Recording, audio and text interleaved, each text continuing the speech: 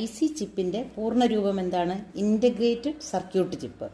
ഈ integrated circuit chip കണ്ടുപിടിച്ചത് Jack കിൽബിയാണ്. Integrated chip നിർമ്മാണത്തിന് ഉപയോഗിക്കുന്ന മൂലകങ്ങളാണ് ജർമേനിയവും സിലിക്കണും. ഊർജ്ജനഷ്ടമില്ലാതെ സർക്യൂട്ടിലെ വൈദ്യുതി പ്രവാഹത്തിലുണ്ടാകുന്ന മാറ്റങ്ങളെ എതിർക്കാൻ കഴിവുള്ള കമ്പിച്ചുരുളുകളാണ് ഇൻഡക്ടറുകൾ. ഈ ഇൻഡക്റ്റൻസിൻ്റെ യൂണിറ്റ് എന്ന് പറയുന്നത് ഹെൻറി, ക്യാപിറ്റൽ H.